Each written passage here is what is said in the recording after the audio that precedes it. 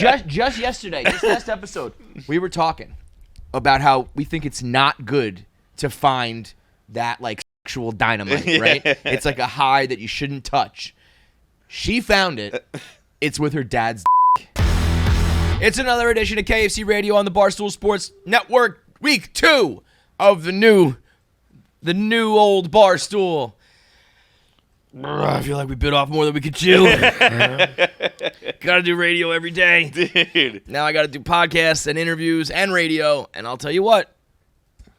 It was burdensome. Yeah, burdensome. Like, it's one of those things where you this job, we've talked about it ad nauseum about how it's not hard, but it's difficult in its own right, and there are some pros, but there are some cons, just like every other job. But one of the things is it does feel like you have more time than the average 9 to 5. Yeah. And it's really not. It's not. It feels like it is, but all of a sudden you reach you can do like 3 things, kind of 2-3 things, and then if you add like a 4th, it's like your week is just whacked, and you have no free time and can't do like anything else. It's because I guess you just need. You gotta schedule like at least an hour for everything, and everything really goes into 2 hours. And then you need a little bit of time in between those things in case people travel or whatever, and then they need a couple hours, and all of a sudden you can only do like 2 things a day. It's crazy. That's literally exactly what I was gonna go with.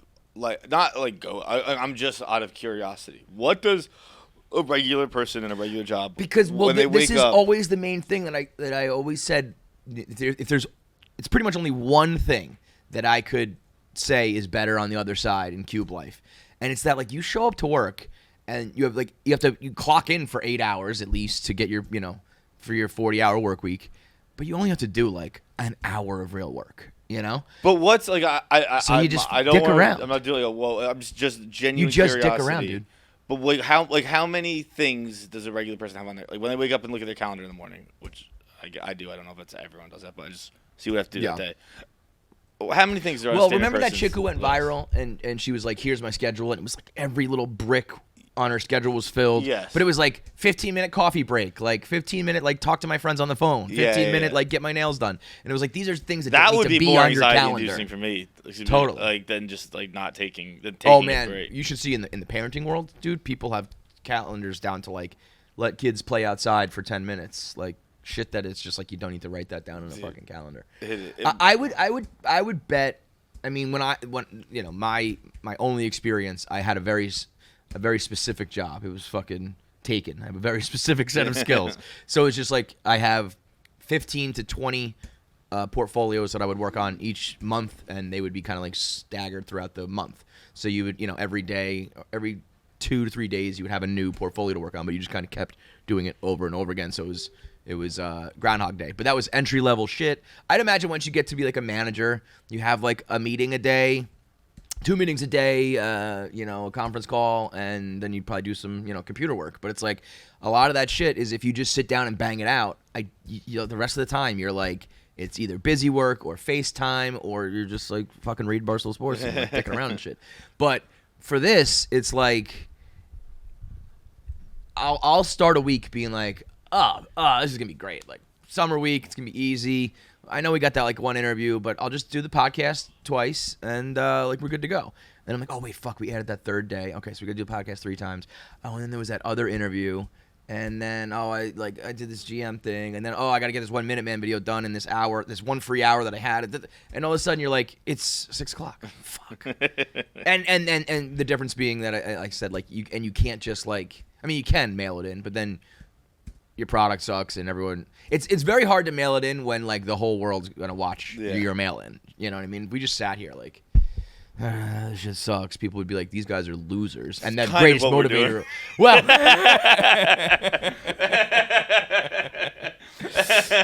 we're doing it with passion. But it like when you don't care, that's the difference, at least I do. I mean, there are plenty of people here as we're learning that like don't actually care. When you're working a job you don't care about, it's like, I don't care. Yeah. Like a boss will be like, this is bad work, and like, you're not gonna go anywhere in this company, and it's like, I don't care. And they're just like, what do you mean? Like, it's like, yeah, no, I don't care if you like me. I don't care if you give me a promotion. I don't want to be here, so I don't care. And they're just like, I don't know what to do now. How to fight this? So yeah, it's hard to fight back. But for this shit, it's like I want to do it all and you just can't do it all. But anyway, this is all to say that adding an hour or two of radio every single day is like, well, 4 days a week.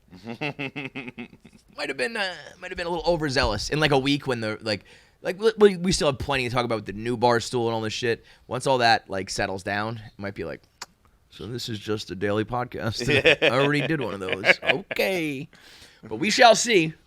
I had a watershed moment as a father this weekend. First play date at my house with the kids. With friends? Yeah. With their friends? Yes. So. Is this what I was texting you about? Is this what I was texting you about? Yeah. What? On Friday night. What did we text The about? movies. What? The movie. The movie. Never mind. Oh, no. That was just my kids. That movie night, that was a different thing. I'll touch on that too because it was very funny, the reaction I got when I did that.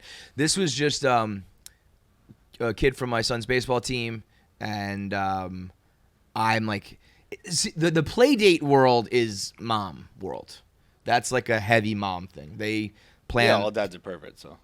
Well, that's definitely part of it. Two things is like, one, we don't do any scheduling. Like I don't know all the kids. I mean, I actually probably know my kids' schedules more than the average dad. If you're a dad, I think who's like in, if it's one family, I feel like you're just like, whatever, you do the calendar, you do everything. I have to be in on everything because it's like I'm the one doing it alone. But I don't know all their activities. I don't know the names of the families, the moms, the numbers. I'm not in those Facebook groups. I'm not in the group chats. I'm not in like half those things. So it's usually like more mom stuff. And even when I was setting this up, like the kid on the team said to me, like, can me and Keegan hang out outside of baseball? I was like, yeah, sure, this is great. I was like, oh my God, this is amazing. So I talked to his dad and he's like, I gotta talk to his mom. So it's usually like on the nanny's time or the mom's time, but ew, that was a big bug, bro. On our show right now, he's been walking on this phone, TV. Holy moly, walking around. It's a big fly when you say he's walking around. So since it's through me and the baseball team, we're finally doing it, and we said let's do a play date this weekend, and the day of. Or maybe the Friday, like the day before, we text and I was like, so what's the deal? Like, what time you want to do it? Oh, you must have so many new numbers. What a night. No, it's actually this is the first time I've done it, so okay. I really only have a couple. But it's more than it's probably. I have like 3 new numbers. It's probably more than you. I mean, if I didn't have this shit, I would never get another new phone number in my life. I guess I could get it through work, but socially, like nobody. I don't. Yeah. Like no. How are they gonna take Rico? How do they get in touch with you? You don't. Try and DM me, but right. I probably won't look at that. So he was like, "Do you want to go to your place or my place? Like, what are we doing?" And I was like, "Oh." Oh, he came too. Well, so this is why I'm telling the story, because these are all the things that I learned are part of the process now. I don't know what it was like when I was a kid. I feel like in the 90s, everyone had money, everything was safe, parents didn't care. And everybody was drunk, and it was just like, I don't know, go play. I don't know. It was like, I got on my bike and I like found the kid's house somehow, and I rode over there and we played. I'm sure my parents were involved, and I'm sure they were hanging out too. But it felt a lot more like we were just like, I don't know, we just played basketball at the fucking school park or whatever. I don't know.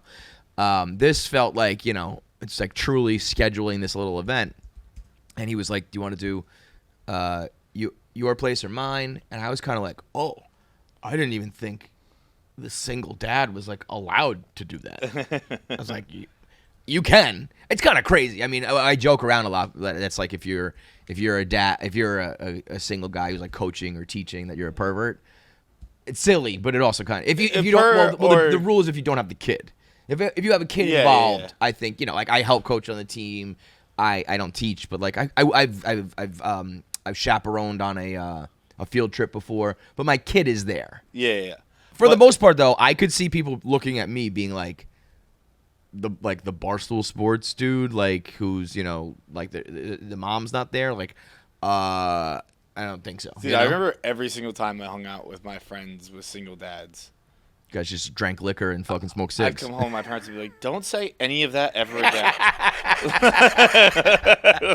Well, I will say. Like, what'd you do all day? Like, fucking play video games with Tom's dad all day? I was gonna say it was truly a "don't tell your mom," event. It was like we played video games. We let them like say whatever they want the whole time. It was just like butt cheeks, poop, pee, poop, butt cheeks. But he was like. He had said, he was like, actually, can we do it at your place? Because, like, I got family at my spot. I was like, oh, okay. I was like, I did not even think for 1 second that this was, like, legally allowed. So then I was like, fuck, I bought, like, the best snacks imaginable. I went out to Dick's and I made sure we had, like, everything you could possibly play with. I was like, there's got to be. The kid's a little bit older, too, so, like, he's the older kid. He's the cooler kid. So I was like, we got to fucking put on. We got to put on for this kid. So I bought everything. I was, like, genuinely nervous. I was like, this has got to go well. This has got to go well. and then his dad was like, do you want me to go or stay? That's a question, you can't ask that question to somebody. Go, it's like, for sure. No, I will say probably 99% of the people I know, I'd be like, you can go. But he was the baseball coach of the team, and, like, we got along really well. So I was like, you can stay or go. It's up to you. And he was like, I'll stay for a little bit, and then I'll go. He ended up just hanging out. I mean, at one point, we were all playing video games. I was like, this is kind of cool. We're just like playing Smash Bros with him. It's like, is this what's supposed to happen? I don't even know how this shit works. But I also, at the end of it, I was like, I feel like I went on, like, a first date. You know what I mean? When you're done, you're like, there's no pressure. Like, you're finally finished. I was like, woo! I was like, you guys do this like multiple times a week? No wonder we just leave this to the moms. Like, you guys do this shit. It's hard. But I could not.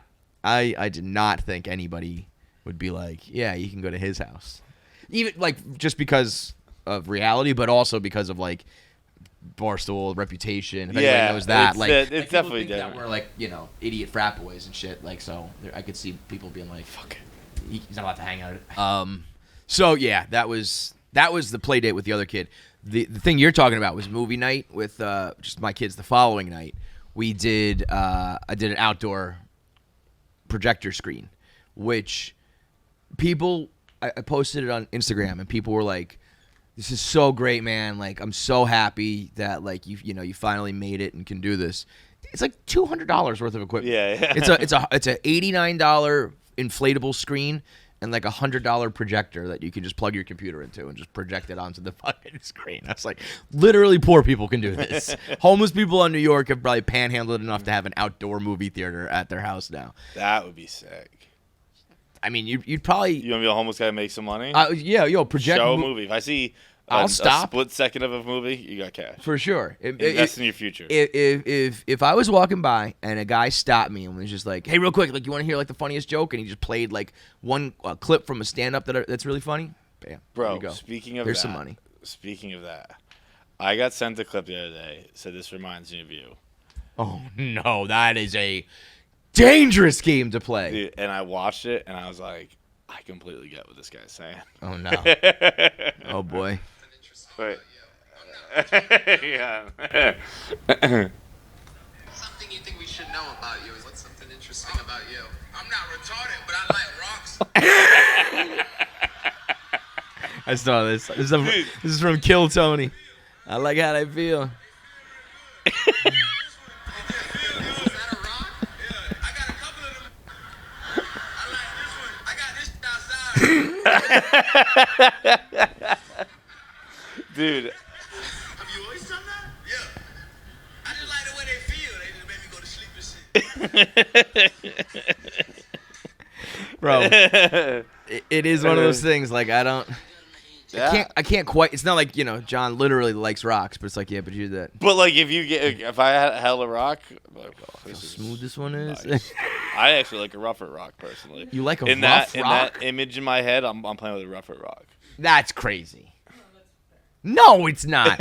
Polished rocks that are like smooth, nice as well, that. for sure. I don't. You want a rough rock in your pocket? No. In fact, I thought of that during the clip. I'd be like a rough one, but like I would like to feel more of a rougher rock. That's a little crazy. That's like a psychological window to your soul. You're a fucking weirdo, man. Yeah, I like the texture of a rougher rock, I think. Ugh. No, thank you. I'm not retarded, but I like rocks. I like that he got out ahead of it, you know? I know this conversation always goes to one spot. I'm going, is this guy retarded? Is that guy who likes the rocks, is he retarded? So we got Cipha Sounds in studio. We'll talk a little bit about hip-hop, Chappelle, and comedy. He's been on tour with Dave for a long time now. A good guy for us to talk to who has two careers. Like, he kind of, like, does multiple things. I feel like so many people just dive into one thing, and at Barstool we're doing a bunch of shit. He's like had a full ass career, still does as like a New York City DJ, and now has broken into the comedy game. So Cipha Sounds on the show. We'll get into voicemails, of course. But today is Johnny Boy's birthday. Happy birthday! Woo! It is your birthday. It is my birthday. 34? 5. Kill yourself. Kill yourself. Now, 35, you're so good. 35 is mid-30s. Yeah. It's when you are 37 that you're officially, like, late 30s, and you just start looking towards 40. That's when you want to kill yourself. Wait, am I 38 or 37? I think you're 38. 38. I'm 38. I thought I was 4 years older than you.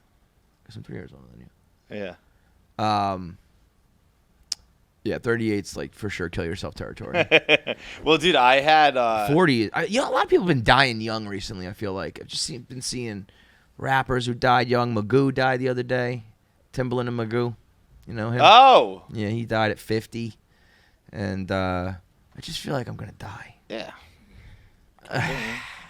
The worst part about having kids is you can't wish you would die anymore. I get that. That sucks. I get that. I want to because there used to just be like there was a genuine, like, I'm joking most of the time, but there was a genuine feel at some point of like, but if it happens, I don't know, it's not that bad, you know. Rhea was saying and now it's like that would be pretty bad for them. Rhea was saying that I think she was quoting Trent, but she was like, I stopped caring or fearing whatever when Trent said, of all the people who experience your death, you experience it the least. Right. And I was like, that just shows how selfish you are. I was like, that's why I care.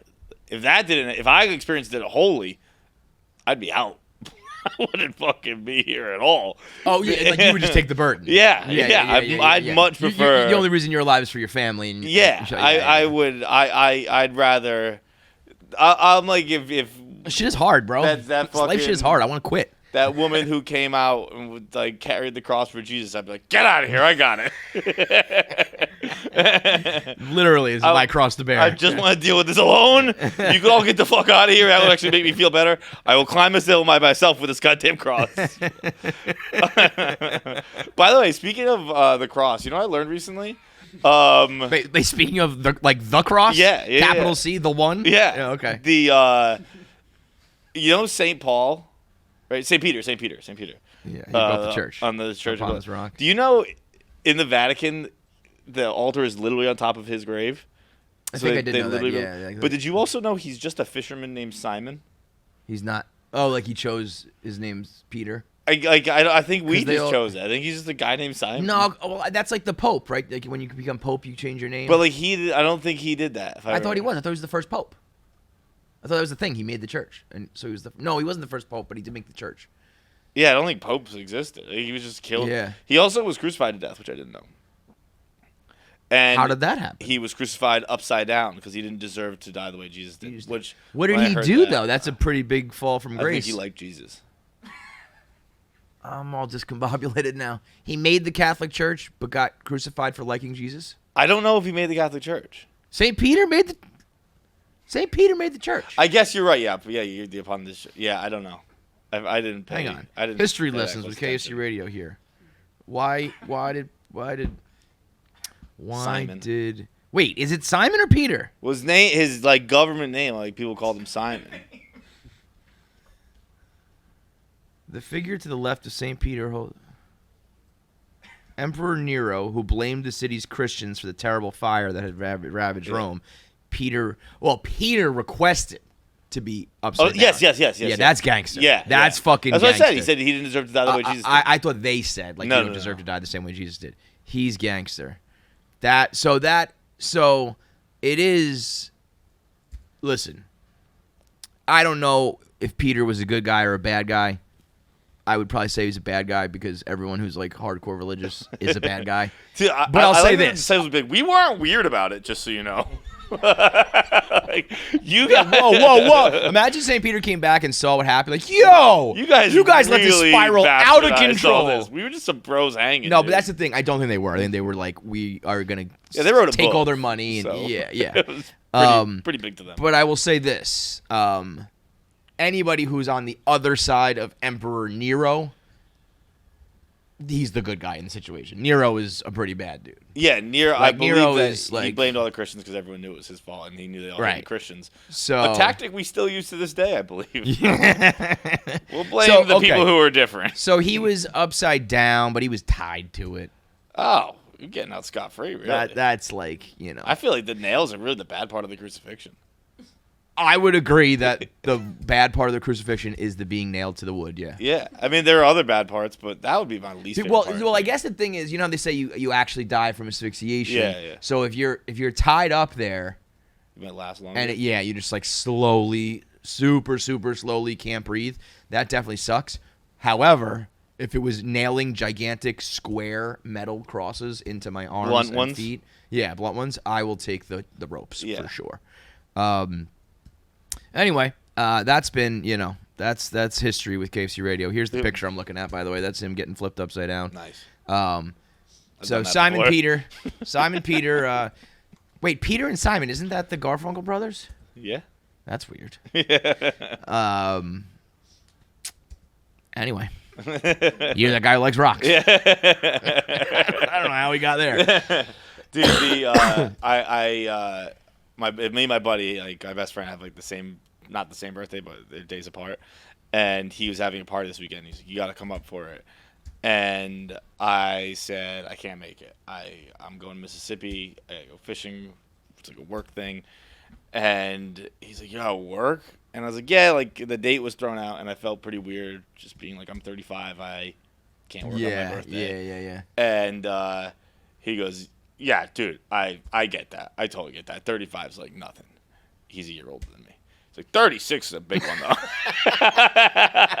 I was like, what are you talking about? 36 is like, one of the most irrelevant numbers I can think of. 36 is way, like 35 is like at least a round hard number. Yeah, 35, you could be president. There's some weight to a 5. 36 quite literally means nothing. And I said that, and he said, actually, I'm now 1 year old in dying years. And I was like, what does that mean? And he said, the average life expectancy is 72.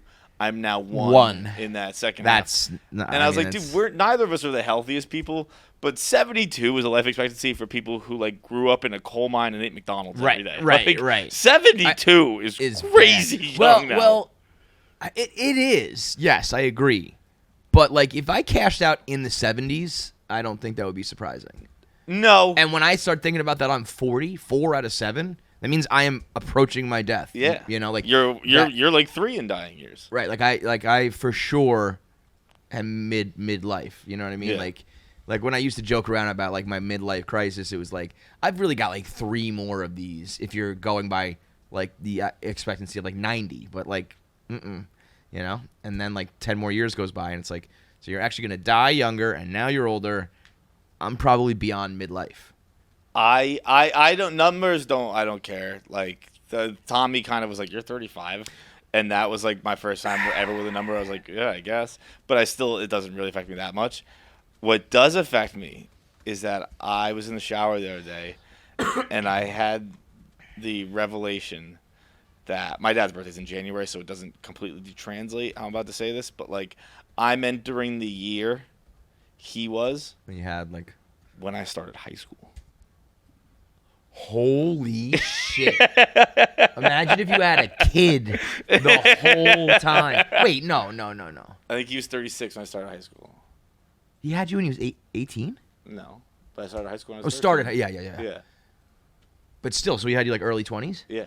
Wow, that's young. Holy shit. That's 2 things. That's like you being a man baby, and he that's pretty young to have a kid. Yeah. But holy shit, imagine if you had an 15-year-old Imagine right now. I had a high school age son right now. What the fuck? Hey, I'm gonna call him real quick. Yeah. Bro, that would be like you would have done all of like your parenting almost. You would like you're still parenting. Bro, you shouldn't off to boarding school. He was done. Right. He was done. He was like I've done my job as a father. He was complete. And you just figured out air conditioning in your apartment. I broke my okay, real quick before I call my dad. Yeah. Give me a juxtaposition. This weekend, I had to go into Mattress Firm and say, I'd like a new box spring, please. You broke your box And they said, what happened? And it was Saturday afternoon, quiet time, just 4 people in Mattress Firm, all employees, all youngish kind of deal. And I was like, I broke my box spring. And they were like, oh! And they were like, throwing down. And what I did was I went to put on my socks. You like plop down? I went like that. You know when you do the hop where you kind of like push up onto your toes? And so I like pushed up onto my toes and jumped onto the bed. Yeah. And I went Bro, so I don't know how many people have ever just bought a box. Yeah. They don't like, I don't who need buys anything they're like just the box. Just like, the box. Just the box. And then today or this morning, it was getting delivered. I had to clean out under my bed because I got like sex toys and shit. I was like sex toys, not like ones I use for sex, ones I've gotten through this fucking job that I just throw under my bed. And I'm like ghost jerk off machines. Yeah, got for work. Yeah, I took it. Sure, it wasn't forced upon me, but I was like, I was like moving the back screen. I was like, what? I had a box of pizza. I couldn't even tell you what year that was from. No. But I bet it still looked like somewhat like pizza, right? Oh, I didn't open it. Oh. Pizza, I feel like just, right I mean, it looks like, I feel like day-old pizza looks the same as week-old pizza looks the same as month-old pizza. I would imagine so. You know, like but just shrinks, but there was something in it, and I was like, this might be a mouse, so Yeah. we're just going downstairs, throwing this away. But I'm calling my dad real quick. Gametime, the exclusive ticketing partner of Barstool Sports, created by fans for fans. Gametime is the ticketing app that makes it easier than ever to source last-minute tickets to deals on sports, concerts, live comedy, any sort of live entertainment, period, and they guarantee the lowest price. I know everybody thinks about sports when we do this, and then even with the Taylor Swift tour and Beyonce, people start thinking about hard-to-get music and concert tickets, but live comedy, my friends. Some of these guys, some of these acts, Matt Rifes of the world, who sell out like 10 shows instantly. Some of these major acts, you can't get in the door, you can't get a ticket to go see them. Head to Gametime. You can get the best price possible or maybe some of the best tickets possible. That's the best part. You can decide whether you want to just spend the least amount of money or you can decide whether you want the best ticket, but you'll get guaranteed the lowest price possible because Gametime has up to the second pricing so that you know you're getting the best price on the market. Plus, the purchase process takes just 2 taps and 10 seconds. You purchase them, you have them on your phone, and they allow you to just text other tickets to the people in your party. You don't have to download another app. You don't have to worry about screenshotting QR codes. The tickets get sent right to them, and everybody gets in the door seamlessly. Skip the hassle and enjoy the moment. Download the Gametime app or go to the website, then enter your email and redeem code KFC for $20 off your first purchase. Terms apply. That's the Gametime app or the website. Enter your email, enter code KFC, and get $20 off your tickets. Terms apply. Johnny. Yo, What's happening? not much. What's up? You're on the show right now. What's up, Mr. Feitelberg? Hey, what's going on? We are, I'm kind of just having the revelation that I'm almost the age you were when I started high school. Thanks for that sobering thought. Well, I think it's worse for him. Could you imagine if your son had a 15-year-old boy right now? I could not imagine that. No, absolutely not. My wildest imagination. What was your day like when you were 35? Like you 35, I can tell you this. That was the debut of Guns N' Roses, Sweet Child of Mine. I did drive home rocking out to that song. Hell yeah. When you were 35? Oh, yeah. Wait, no, that was when I was born, wasn't it? That was the day you were born, right? Yeah, no, I'm saying when you're 35. Like what? You have 4 kids. I was just working my butt off. I mean, come on. Yeah, I can't even imagine at that point. Yeah. So It was a lot of fun because you got to remember your mom was working a few jobs at that point, so it was chaos. It was total chaos. But like people always say, I wouldn't trade it for the world. Really, you can't go back to it. And at the time, it was survival, but it's good memories. A lot of good stuff. A lot of good music and a lot of good memories, too. This is very nice. I was hoping you were going to make fun of me. I can't imagine having 4, like I'm doing 2, and the amount of time and money and activities and shit. If I had to double that. You get better at it, right? You think with the first child, if you drive too fast home, the kid's head's going to fall off. Right? But by the 4th, it's like, throw that car seat in the back. Let's roll. Yeah, I can see that. I can see that for sure. Mindset. And again, you kind of get more immune to it. Like I used to tell the kids, my job is slaying dragons. Every day you go out and slay some dragons. So. That's a You guys have been slaying dragons for a long time, though. You know what I'm talking about. Yeah. How old were you when you had John? 20? 25? 24, I thought. Yeah. They all blend together. Yeah, 25. I mean, if I meet someone now who's like in their early 20s, I'm like, you are a actual child. I can't imagine having a child at that point. That is so crazy. Yeah, but the crazy thing is at 25, you no longer look at yourself as a child. Yeah, that's true. You're moving on, right? Yeah. You got weekends that there's certain times where you can pick your spot, but it's not really what it once was, I guess. I don't know. And again, as you turn 35, John, you know what I'm talking about. Like that's a different feeling every day, right? But you still do the same thing you do every day. The same thing. That's like the same exact thing. I think that's the problem. Okay, I was just calling to remind you that you're getting old, but tell them you love them. I will. Oh, I appreciate it. Great to check in. And by the way, the other thing I can remember about 35 years ago, it was the hottest summer at that point. Imagine this, the hottest summer ever. And the day that John was born, the heat broke. So I don't know what that meant, but that's what happened. I am the cooler. Anyone who's ever been at third base can attest to that. All right. Talk to you guys. Have a great day. All right, love you, Dad. Talk to you. Dude, slaying dragons is such a great line. I'm slaying dragons. Bro, that if you had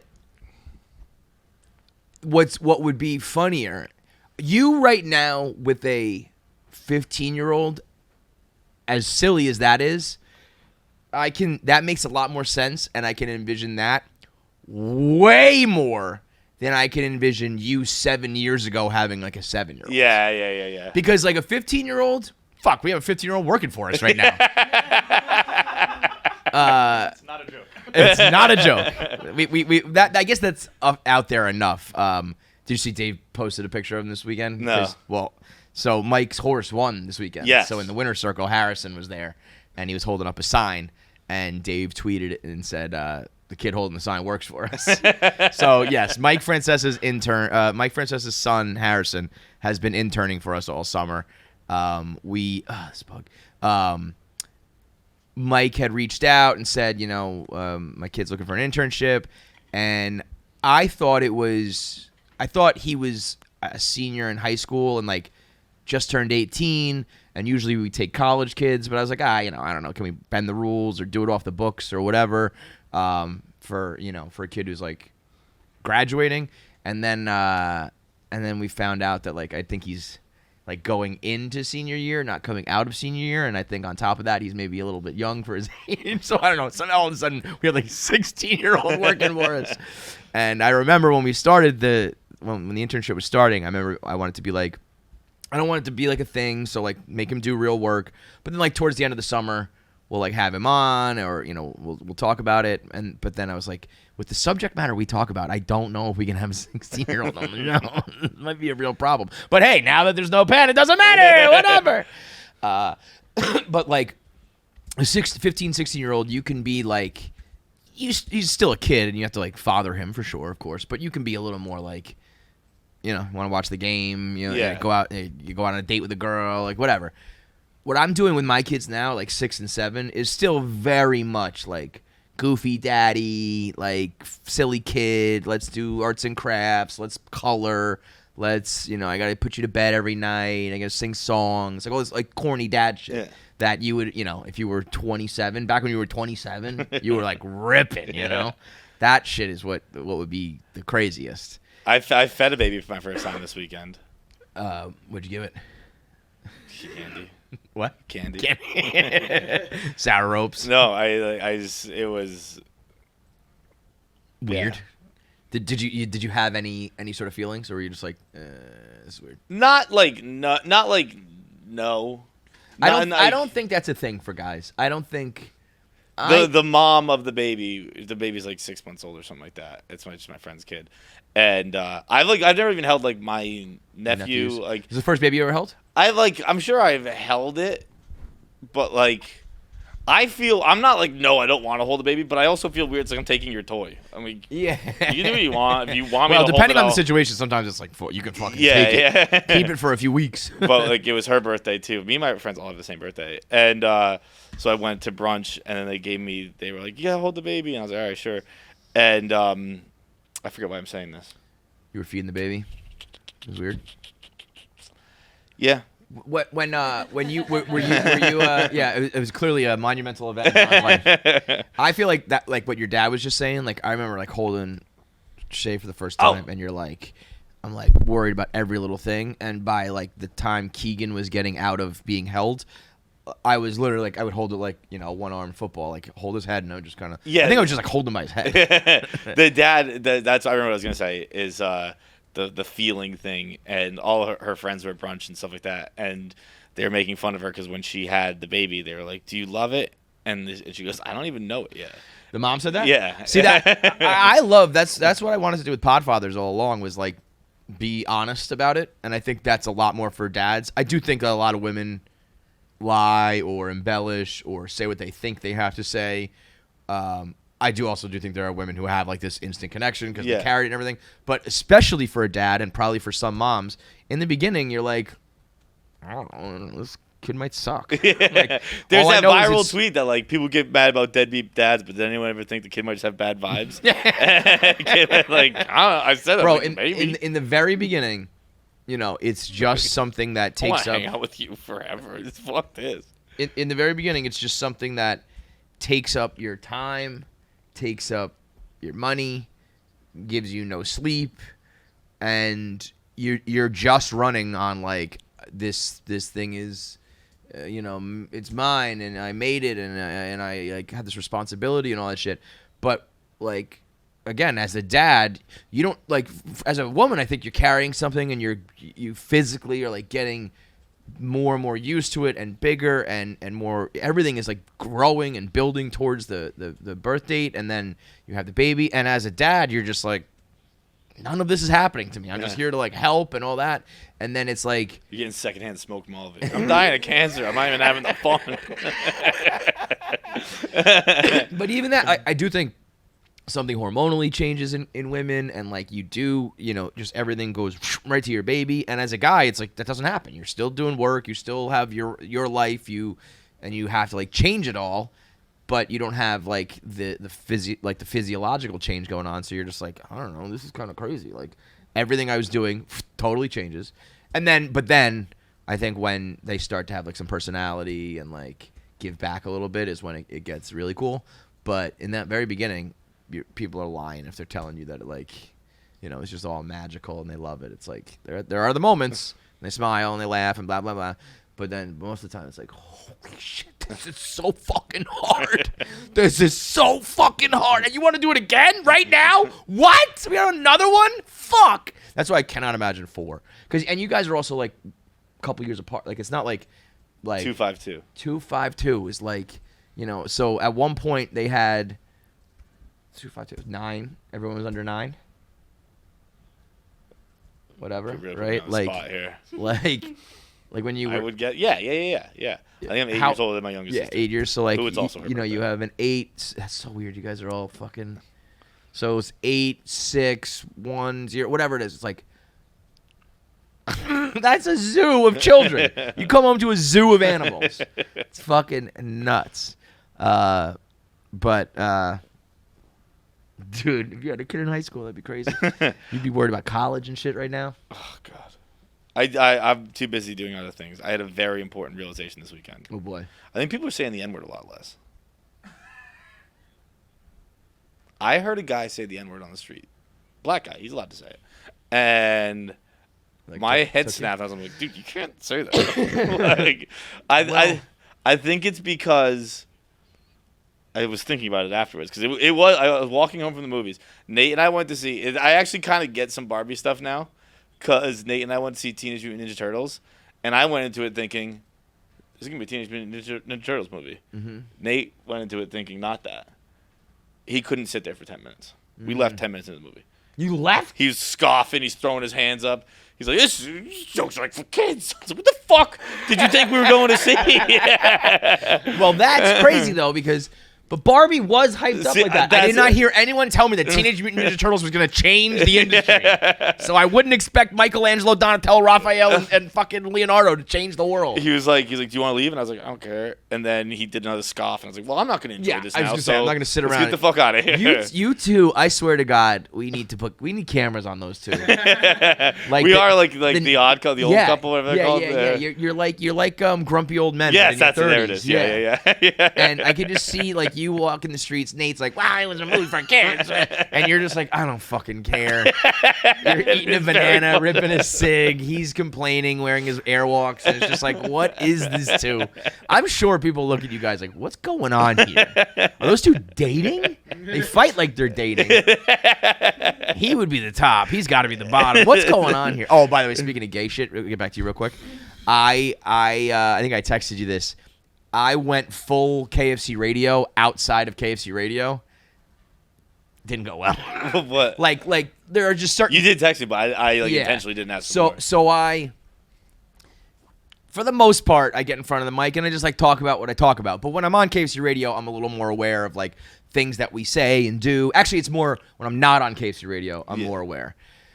I did a 1 Minute Man on Obama's love letter to his girlfriend, which is the love letter that's been out, like, they've talked about it forever, but there was this one, there was certain parts that were redacted while he was in office. And he recently, a biographer, I guess, is writing a book on him. He did an interview with him, and in this, like, lengthy interview, apparently one of these redacted sections came out, and it was a letter he wrote when he was 21 years old to his girlfriend that he was dating at the time. And the full quote is, I was like, I don't know. I don't know how to, like, this is over my head. But then the ending of it, I got. This was 1982, 40-year-old letter. He was 21 at the time. He wrote, in regard to homosexuality, I must say that I believe this is an attempt to remove oneself from the present, a refusal, perhaps, to perpetuate the endless farce of earthly life. I have no, like, we write, I've done creative writing, I've done English, I've done literature classes, like, I don't know what that means. I can't even, like, begin to break that down and figure that out. Spoken that good Hawaiian stuff. So then he says, you see, I make love to men daily, but in the imagination. And I was like, who amongst us? Who amongst us hasn't? And so 1 Minute Man, I was like, bro, what's the big deal? Bro, you never given kissy kissies to Chris Hemsworth? Get the fuck out of I put the picture up of us. Did you really? And I said, if you ask me who the hottest people in Hollywood are, we're rattling off 10 guys before we even get to one chick. And you're telling me you never thought about how those guys fucked? And I was like, so A, get over yourself. B, like, leave Obama alone. And, like, C, we're all a little bit gay. Like, bro. No big deal. And the comments were like, what? They were like, does anyone else think this is weird? Dude, I'm fucking so happy when I think about dudes fucking. So I'm like I think about dudes fucking, I go, ugh.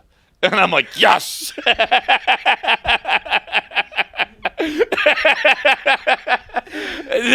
that was the most wholesome gay bashing I've ever heard. Oh man, I think gay sex is gross. Yeah. No, I'm telling you. Imagine I kiss that guy. I mean, nasty. Yes, we're still good, baby. Bro, 100%. 100%. The only reason I'm not gay is because I think the sex is gross. That's it, man. Otherwise, I would be gone. I would never deal with a woman again. If I could just stomach some dick, literally and figuratively, I would be gay tomorrow, but I can't. I just can't do it. But, man, that was like, I commented back in my own comment section, and I was like, I feel like in Back to the Future when he plays Johnny B. Good all crazy, and the audience is looking at him, and he's like, I guess you guys aren't ready for that, but your kids are going to love it. I was like, that's how I feel right now. You guys aren't ready for this gay shit, but your kids are going to get it. Your son's going to get pegged one day, don't worry. They were the guys being like, whoa, this was weird, right? Like this comment if that was weird. like people say that? Huh? Like this comment? Yeah, something like that. It was very funny. Blocked. Fucking losers. Fucking straight losers. Dude, that does kind of very much tie into what I was saying before, though. Because I used to say the N-word in my head every day. It wasn't my choice, but like through the music I listened to or the like tweets, like the Twitter, I never see the N-word anymore. I disagree with you, but only because I think that we like listen and do different things. My taste in music is not really changed. But even like I listen to some podcasts that say it all the time. I don't hear. I get the movies I watch. They don't say anymore. Not that movies were ever like a main place where I got my internal N-word fix, but I just gotta hear it. I can't say it anymore, but I want to hear it. Echoing in my head. No one can get mad at that. It's been a long 10 years. But like, I definitely maybe because I use social media less. I just scrolling Twitter. I'd say it in my head all the time because I'd have to read the words. The words are on the paper. I got to read the words. Whatever. I say it out loud every time. I read them out loud. Yeah. Once they got rid of morning shows, the N-word stopped. I feel like that's just dependent upon your shit. But it was. I've seen it so little that it really I was walking home. I had just split from Nate. He'd gone on the train, and I was walking home from Teenage Mutant Ninja Turtles. 15 minutes into the movie, and some guy said it, and I'm like, my head snapped. There's a maybe I don't know for sure or not, but maybe there's a direct negative correlation between retard and the N-word. Retard's soaring. If I could buy stock in retard, through the roof. That is so back. That was Ari Shaffir had a joke about that where he was talking about the. When people started saying you can't say certain words, and then they came and took like gay and retard. Like, why'd you bring them into the conversation? It's like we weren't even talking about those. He's so good. But speaking of the R word, I made a crucial mistake this weekend, where I was even the littlest bit vulnerable, and by vulnerable I meant sharing a personal preference. With one Shane Gillis. Dude, I texted Shane.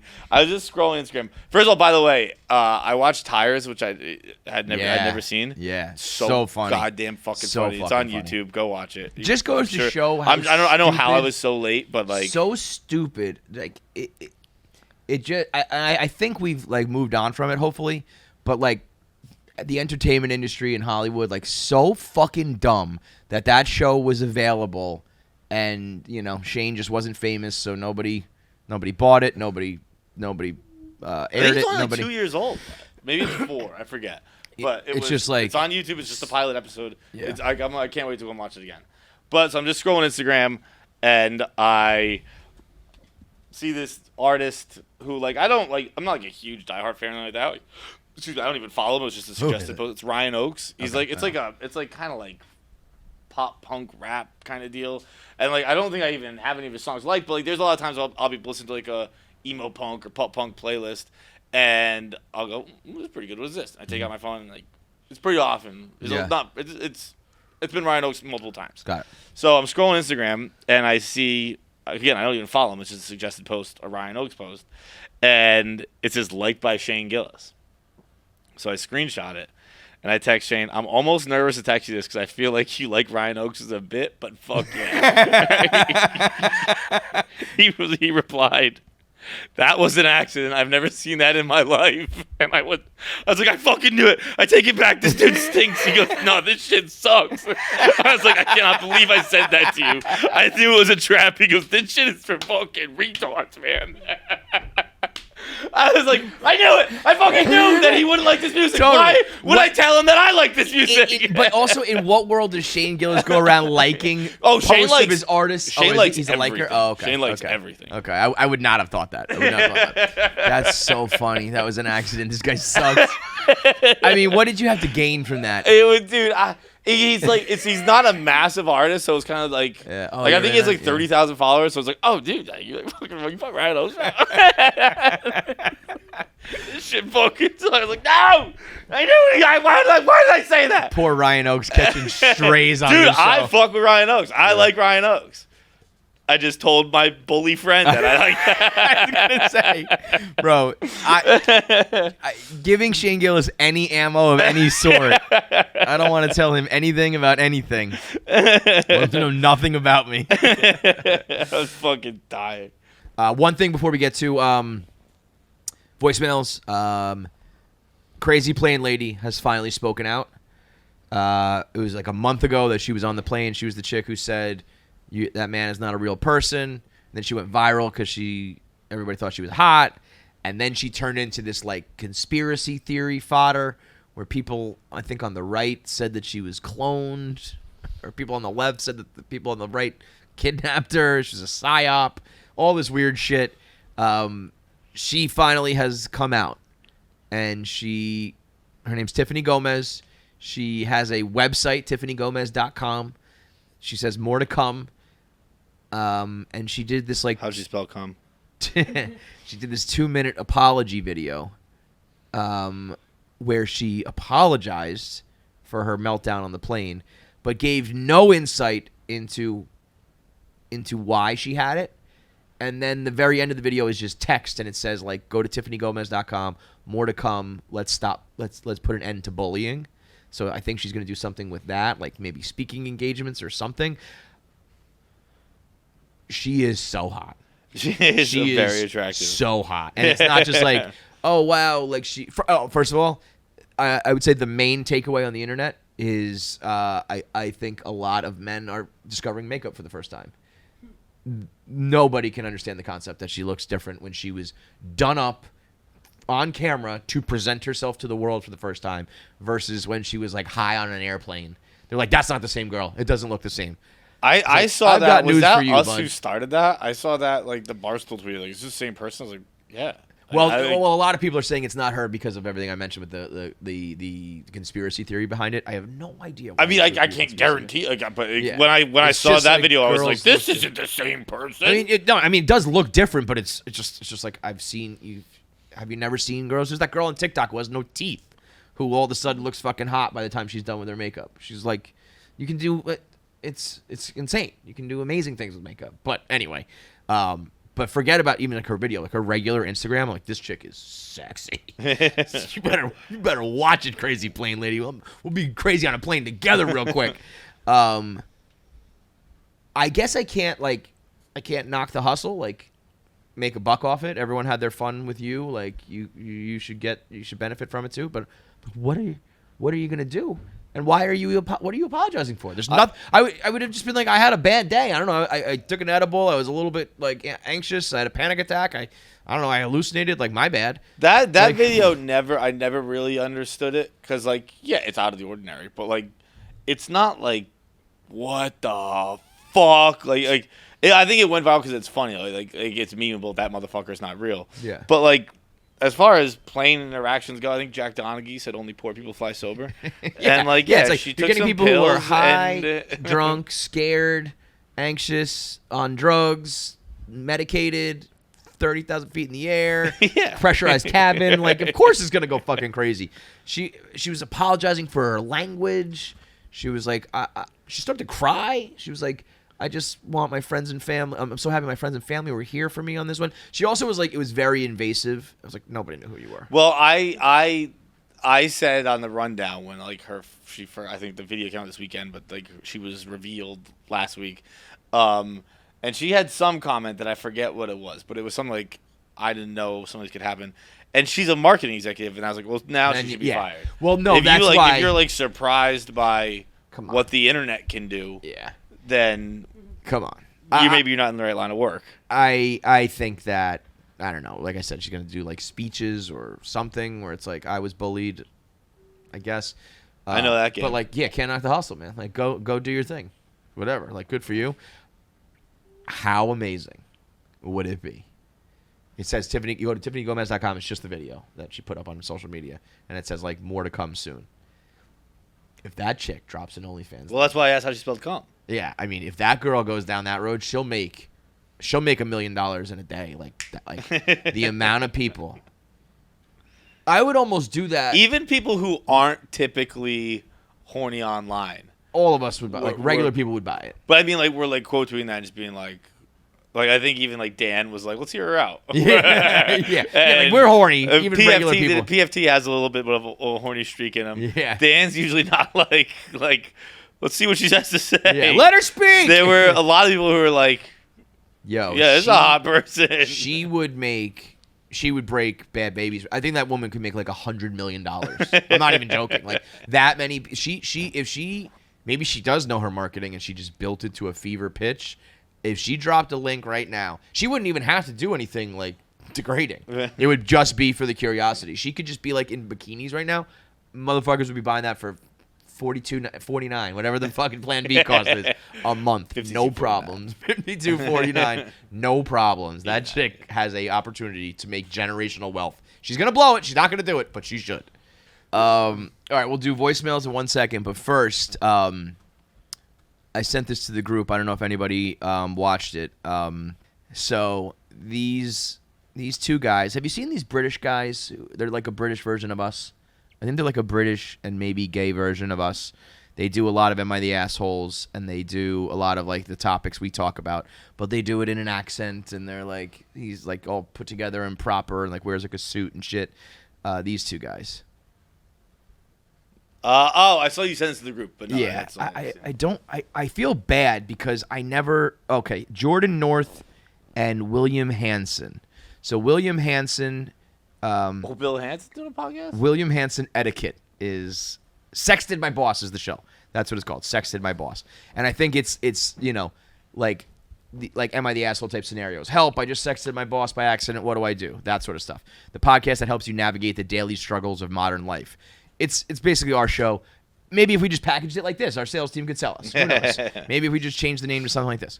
So, he has 2 radios? That's a great post. So, I guess we'll just play their clip. I'll just play their clip, and then we'll, Wait, John, you didn't watch this? No. Oh, no. I'm currently house-sitting for my parents whilst they're away on holiday for a week. On the first night, after a few glasses of wine, I got under the bed to plug my phone charger into the wall. There I found a very pretty shoebox. Oh, no, don't look in the shoebox under... Why would you bloody look?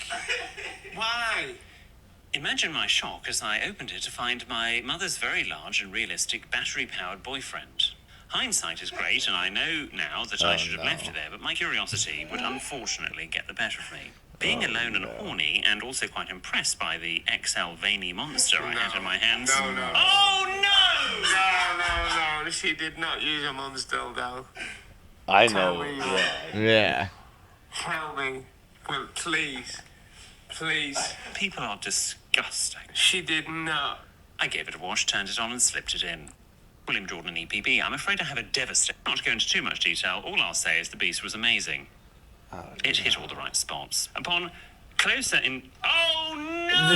It gets worse! How does it get worse? She's using her mum's dildo, for Christ's sake. No!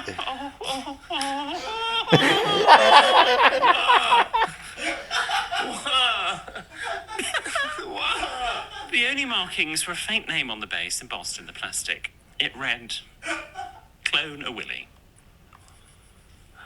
Oh, no. Turns out I've been getting the best orgasms of my life from a replica of my father's penis.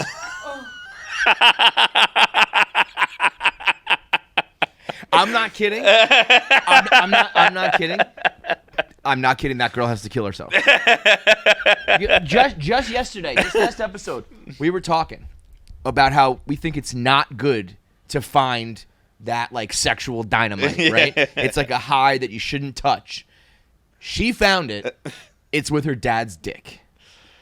That is, I knew where that one was going. Did you not hear the first part of the story? I didn't hear the first part. Yeah, I figured, because you were like, that was the most shocked I've ever seen you. By the way, speaking of having seen you, so they tweeted that video, KFC Radio the other day of like you asking us if we like to pee on things.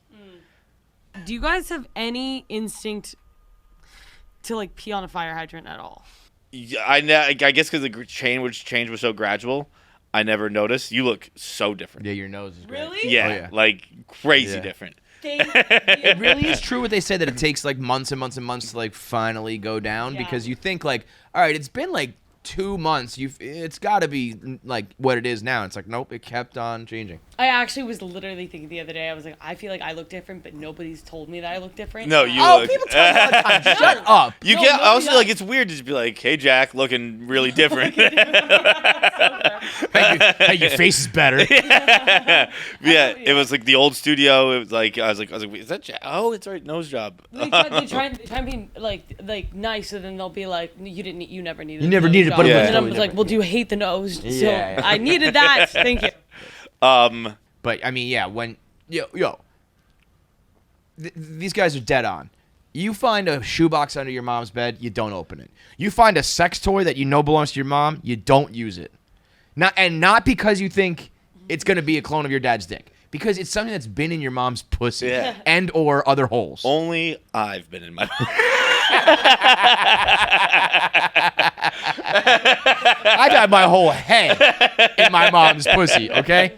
I had arms and legs up in that bitch. But, I mean, for real, you find out that you are... The only thing I'll say is that if you're the type of woman who finds a sex toy in your mom's bed and blasts yourself with it, you're probably, like, open and free sexually and shit. And you're like, what does it matter? Yeah, Like, that's the only smidge of saving grace. Because if you're a regular, just normal person, and somehow you find out that you've been getting fucked with a clone of your dad's dick, like, you know, you felt like the veins of your dad's dick in your pussy. You have to, like, that's like, you need a therapist immediately.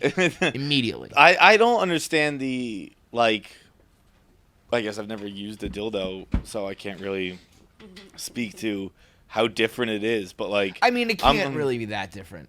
Like, dude, if I looked under my bed and found, like, a human woman, I'd be like, I'm not using this. like, that's at least a different experience than just the masturbation. Yeah. That, like, there's... I mean, I feel like it's not really the dick's different. It's the way the guy fucks you is different. I mean, and then there can be like, but I would say like 90% of dicks, you can't tell the difference. You can't feel like the vein. Yeah, like you. I mean, and I'm sure if it's a vast discrepancy in size, you can feel the difference, and then everything else is just about like how you use it. But which I hear that you all. are- You've heard that your whole life. I fucking pray to God that's not true. what the way? Dude, I know I'm not using anything, bro. Well, that's a good wait. It's the motion of the ocean. You'd rather it this be fucking thing's the Titanic. It's a dinghy on the Titanic, it's bro. one of the lifeboats that didn't dude. work. You'd rather it be the size of the boat than the motion of the ocean? I'd rather it be someone else. Well, I mean, get your clone Willy, girls. Don't use Feitelberg's dick. I feel like the dick itself. It's just like it's too hard to use your dick, man. That's what I mean. It's just everything else. You know, you make the experience good with everything else, and then the dick is just a novelty. Come on, bro. When I pee, I consider it a good job if I didn't get too much on the toilet seat and the floor. That's only a little bit of the stream got on there. That's how good I am at using my dick. So, you think I'm like, when the hole gets tighter, I get better? No. Dude, put it this way. When if you would, the way I just said that makes it sound like I stick my dick in the toilet. That would be so funny if you lay on How do it. you guys pee? It's fucking Zac Efron in that movie, right? That awkward moment. That awkward moment, yeah. Classic. If you think about like if you've ever seen like wacky game shows where they do like they make you do like weird physical challenges, it's always like strap something to your waist and like you gotta like maneuver with your hips to make to put to pick the thing up and put it down, and nobody can do it because it's super fucking hard to use something that's stuck to the middle of your body and like thrust around with it, and that's what our dicks are. Yeah, How can anybody be expected to use your dick well? I keep using analogies of large people. It couldn't be further than the truth. But like, I'm Derrick Henry. I'm a fucking downhill runner. Yeah, just right. I'm not a fucking slot receiver making quick jukes and stuff like that.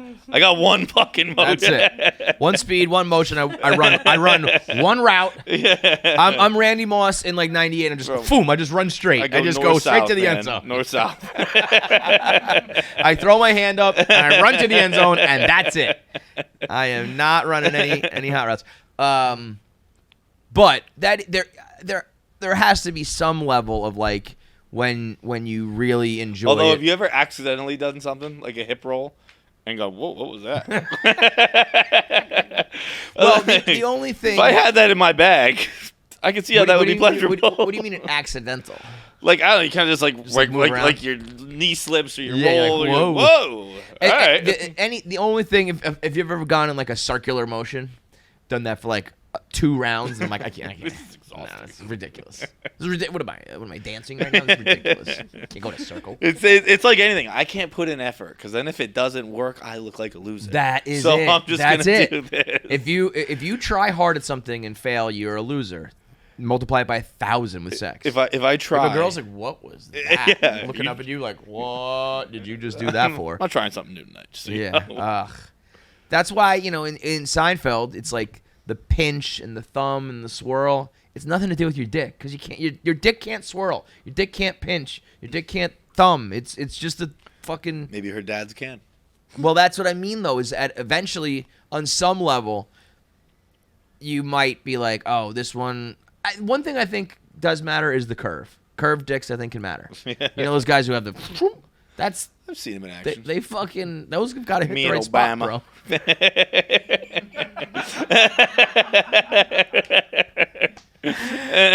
Those guys. That's a funny thing.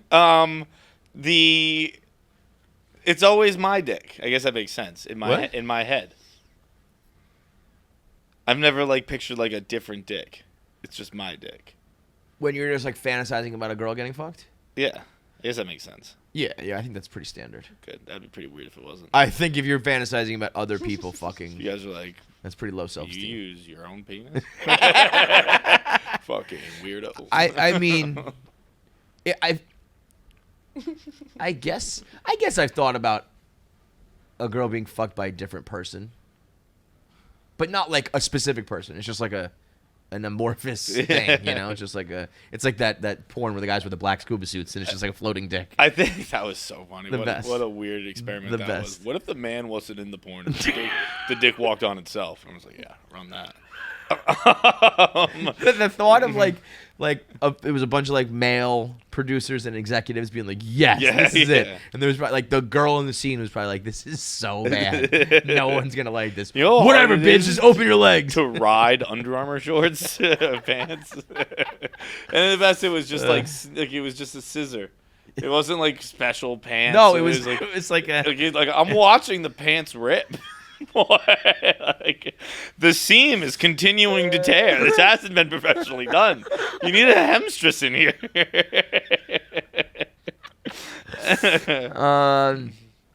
But anyway, my final point here that I'm trying to get to is, on some level, if it is a curved dick, if there is something specific about the tip, if it is a little bit bigger than you're used to, whatever, if you've had like the best orgasms from a dick that is your dad's, every time you have sex, you might be thinking, I wish this was my dad's dick. And not because you want to, but just because your body goes, it was better when it was that dick, and that dick belongs to your dad. And if every time you have sex, you're like, that girl has got to go on a crusade. She's got to fuck like thousands of dudes to find a better dick so that she can put to bed. I swear to God, if I was her, I would dedicate my life to fucking dicks until I found one better than that dildo. Sounds like quite a Quixotic mission. More history here on KFC Radio. Very, very educational. That is just a disaster, dude. A disaster. That's like you fuck a glory hole and you turn around and it's your mom. Holy shit. What do? You hang out here too. Told you. How have I never bumped into you in this bar before this? God damn. I'm just curious because I feel like you guys would know this, but now that I'm thinking about it, has there ever been like a porn where it's like they're wearing like green screen suits and it's just like floating dicks?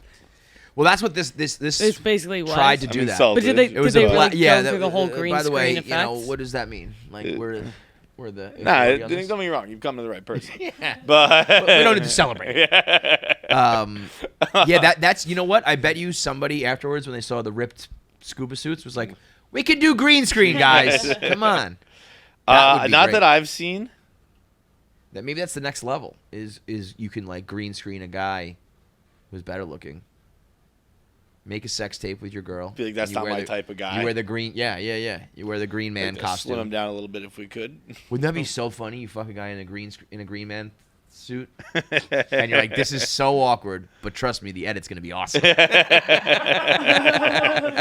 It's gonna come out great when they. Well, I was more just thinking of like floating, like just floating dicks, like just completely. Just so no guy. No at all. guy.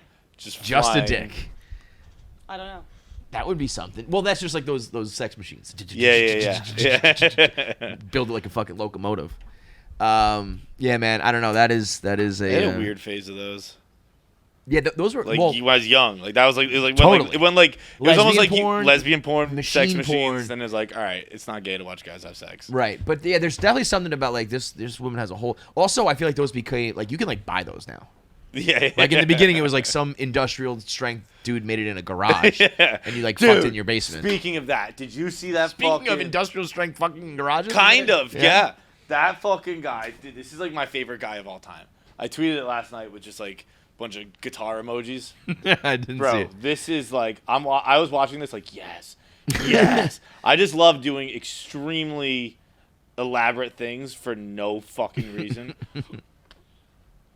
This is how I made 394 hot dogs and took the leftover hot dog water and froze it to make hot dog shaped ice sculptures, which I then mailed out to people in unrefrigerated containers so that when they arrive, they're just puddles of.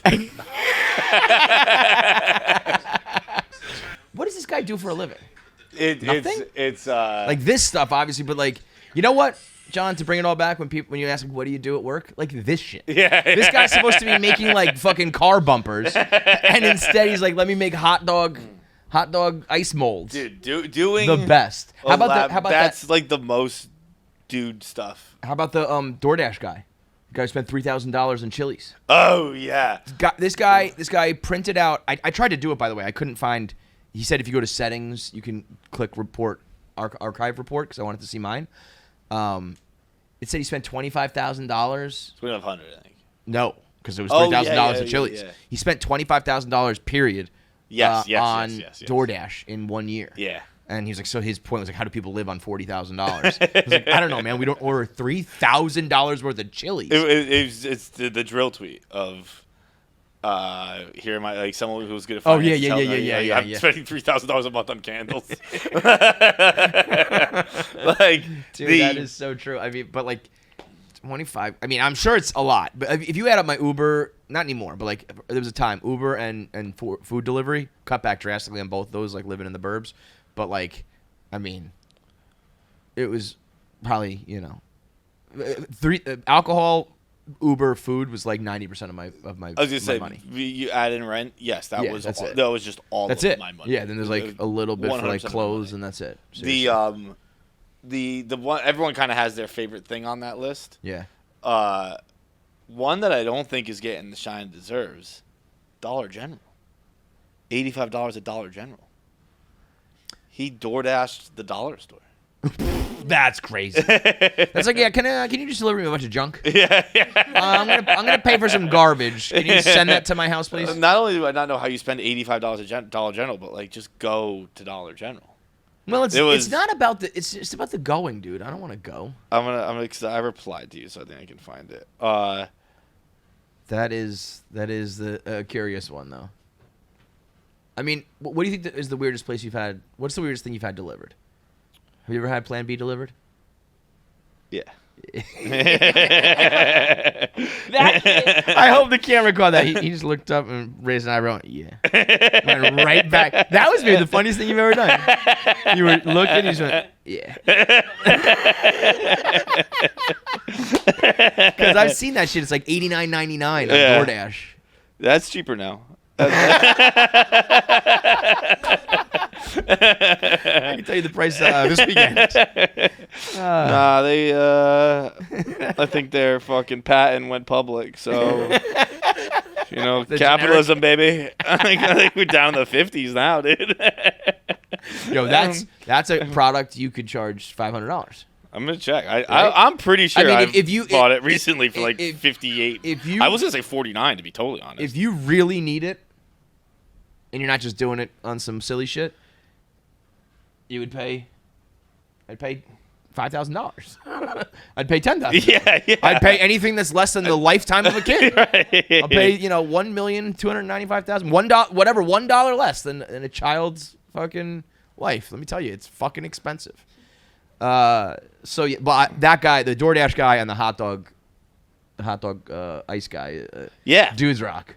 Fucking $52.49, bro. $52.49. And I'll tell you what. If this was the Price is Right, you would have fucking nailed it. The last time I got it, they were out of Plan B, so I got like an orange one. And that one, I think I might have been right with my 40 in the 40s. I think that one's a little cheaper. I got the off-brand. The fact there should just be something called Plan C, and it should be, and the tagline should be when they're out of Plan B. You buy us when they're out. That's when you know you're fucking hungover as shit, man.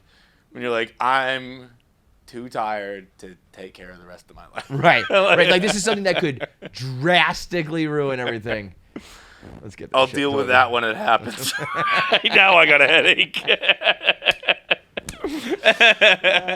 All right, one more thing before voicemails. The chair guy from the Mississippi of the Montgomery Riverboat brawl turned himself in. His name is Reggie Ray. I mean, that is like literally the name of a wrestler. Couldn't you see him like, it's Reggie Ray's music. He's coming out with the chair. He got arrested and he's charged with disorderly conduct or reckless endangerment, something like that. Whatever the charges, whatever the penalties are, well worth getting your name and mugshot out there. Like, I'm that fucking guy. Dude. Yeah, you can't get that much over hitting someone with a plastic chair. I don't think so. It was an old bitch who, like, maybe the damages are bad, but, like, again, whatever. Even if you did a little time in the clink for it, like, that's fucking me. That's who I am. I didn't dive in as much on that video as I think I should have because it was so, like, racially charged that I was like, I don't even think I can have the fun I really want to have with this without it, like, being like, go away, you're not a part of this. Yeah. Or looking like, whatever. But I hope everyone has seen the one guy who narrated it. It's got like 18,000 retweets. I mean, this guy deserves like a broadcasting award. It is so funny. All the nicknames that Black Twitter came up with. 21 Salmon for the guy swimming. Somebody called him Childish Branzino. Black Aquaman. There's a lot of really, really, really funny shit that came out from that is like the reason why social media, why it sucks so much, but it's worth it for moments like that. And those used to be like once a week. Yeah. Now it's like once a year. But it was funny because, and I've heard the guy who did the narration and Rory and Mal were talking about it on their podcast. I've heard a couple other people talk about it where everyone is like, but the dude who cracked that girl with the chair, like, you went a little too far, bro. Like, you're going to jail now, bro. That was a woman he hit? Yeah. Well, I think he hit multiple people. There was an old woman sitting on the ground, like she was like this, like slumped over, and he just crunched her on the head. And the guy narrating was like, turn that bitch into Humpty Dumpty. It was so funny. So if you haven't seen that I don't think that got the love that like Barstool should have given it because it was just weird the way it was so white and black, literally. But that really is an all-timer, and the shit that came out of that was so fucking funny. So make sure you've seen that. Voicemails? Yep. Today's voicemails are brought to you by Pirate Water. It's our longest-running segment here at Barstool Sports. It's the only segment where we connect directly with the fans who have been with us for the last 10, 15 years, and that's why it's brought to you by Pirate Water, because we made Pirate Water for these fans. We thought of the one thing that all of our fans have in common, and they love to party, and they love to rage, and that's what Pirate Water is. It is the #1 party drink out there right now. Whether you're young and still raging in college, or whether you're older and you want to show the young bucks a thing or two about how to do it, we started this shit, okay? We were the ones drinking Four Loko, and now we're the ones who can drink Pirate Water. We're showing you the ropes on how to do it, and the young bucks, they still got those fresh legs, so they can drink till the sun comes up. It's the perfect drink to bring everyone together in party harmony. It's 10% alcohol by volume. It's got 4 flavors. All of them are tropical, beachy flavored. You got margarita, Sex on the Beach, margarita, Sex on the Beach, Bahama Mama, and the other one, Miami Vice. All of those are the drinks you have when you're on spring break, you're on vacation, you're at the beach, you're in a tropical setting, all that stuff. It's all good times, good memories when you drink that. Plus, it's 10%. Plus, it's 16 ounces, and the little coup de grace it's $2. The other day I went to the store. I bought 3 cans. They rang me up. It was $6.10. Do you know how drunk you can get on 3 Pirate Waters for just a total of $6.10? And if you're living in a city like New York and these places where drinks are expensive, cocktails cost an arm and a leg, Pirate Water is the easiest and cheapest way to get drunk. So go to drinkpiratewater.com to find a location that sells it, or you can get it delivered right to your door, or you can go on GoPuff and get a delivery today. That's drinkpiratewater.com. Send us all your pictures and memes, all your Pirate Water content. We'll repost it. And also, anybody who sends in the best voicemail of the week gets a free Pirate Water merch package. So call the voicemail line, leave the best voicemail, go to drinkpiratewater.com or order it on GoPuff. So recently I discovered a rather niche, degrading situation, and it's as follows. You're at work, manual labor, elbow grease, keeping the lights on, you know the vibes. You need a water break, and you and your coworker, you go to a water fountain. It's a set of 2. One of the water fountains is a little taller than the other, presumably for children. Your coworker gets the water fountain first. Naturally, he's taking the taller one. You step up to the shorter one. I did this recently. I felt like a bitch, bro. 2 dudes using a water fountain right next to each other at the same time. That's a little gay as it is. Much less you're the bottom in that scenario. Yeah. Come on, bro. I felt it was a bitch-ass water fountain for a bitch-ass boy. That's how I felt. And I don't know if it's okay that I feel this way. Like, is that a natural reaction? How do you guys feel? And I guess my question is, what's a rather, like, silly scenario that doesn't matter at all, but it's also, like, I'm not okay with the dynamic that's happening here. Totally. Why does it low-key feel like I'm getting bent over? This is a great one from Glenn, because it's the same thing as peeing at the small urinal. When the small urinal is open. The small urinal. Well, of course you do. That fits in perfectly. I don't like it. If I'm There's too much splash. The stream has to fall that much further. It picks up like terminal velocity. See, I start at the top. You're just pissing like into the top of. I'm like in the toilet. Yes, you are, John. Yes, you are. I'm like fucking. More ways than one. I'm in. You literally just an hour ago said I don't put my dick in the toilet. Well, that's a different toilet, different kind of toilet. That's a urinal. It's like a surfer. You know, you see like that dude surfing like an 80-foot wave. By the way, how do they measure the height of waves?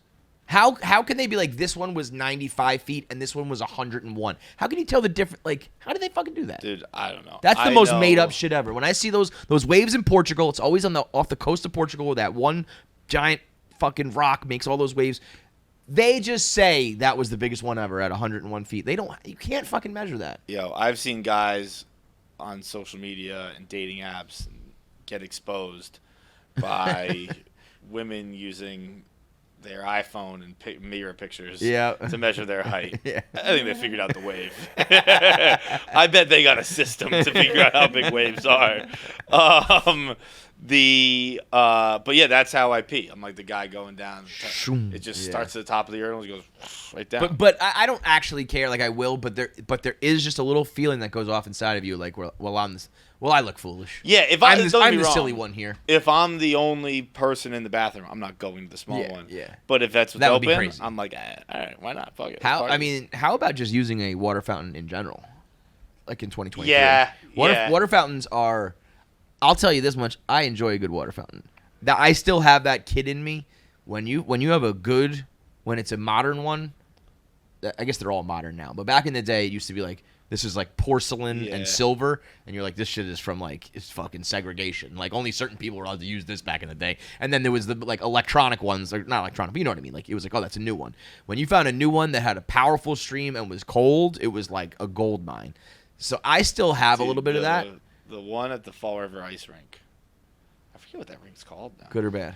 Unbelievable. Yeah, so good. I mean, an ice rink's got to be cold too, right? Like when it's like a thick stream. A lot of water, freezing cold, big arc.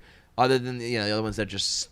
But the anxiety you get when there was a line behind you, and especially when motherfuckers would tap your shoulders. Thirsty. 1, 2, 3. I barely got a gulp in. Okay, yeah, my body is still parched. Crazy. But it would be like, gym teacher said come back in like 20 seconds. So we all got a drink, so everyone gets 1 second of water. The amount of, I mean, I'll tell you this much. I almost. Think the pendulum swung too far. My kids don't leave the house without water bottles. Yeah. Every kid has that motherfucking thing on them. I don't where they're either, just ready but to I drink. Hate that about like I mean, like if we don't have it, like sometimes my kids will be like, we're playing at the park, and they're like, I'm thirsty. I'm like, I don't. You'll get a drink when we go home. Yeah. And then they're like, well, then I want to go home. Like we're gonna end the day. Like we're gonna not do the fun anymore because you're thirsty. Okay, you bitch ass motherfuckers. That fine, but makes okay. Sense. We're like, yeah, I'm thirsty. But I need the essence of life. Yeah, I guess. Yeah, I guess maybe they're right. But I mean, nowadays you don't even need water fountains are just a thing to fill up your bottle. Yeah. And they have that little counter. I think I've talked about this before. I don't believe it's true. The one at my kid's school says that they've saved like 800,000 gallons of water or something. I'm like. Suck a dick. 800,000 bottles or some shit. I'm like, get out of here. But what any other times do you feel inferior? It's like not inferior, but when someone holds a door for me, I'm always like, no, you go. And they go, you go. And I'm like, yeah.